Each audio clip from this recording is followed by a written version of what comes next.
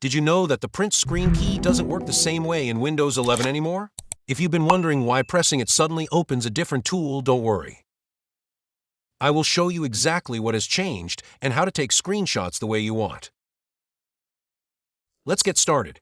In Windows 11, pressing the print screen key now opens the Snipping Tool instead of instantly capturing your entire screen.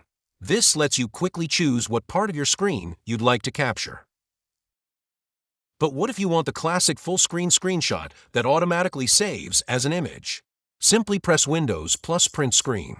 Your screen will briefly flash, letting you know the screenshot has been captured and saved. If your keyboard doesn't have a dedicated print screen key, you can use FN plus Windows plus Spacebar instead.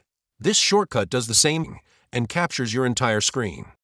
Now, if you prefer the old behavior and don't want the print screen key to open the Snipping Tool, you can easily change it.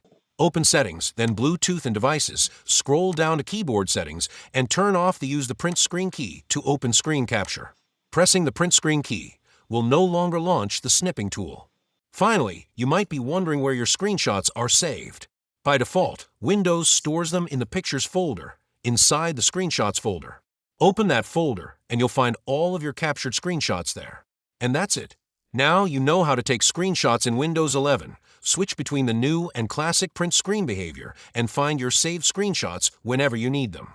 If this video helped you, don't forget to like, subscribe, and turn on notifications for more quick and easy Windows 11 tutorials.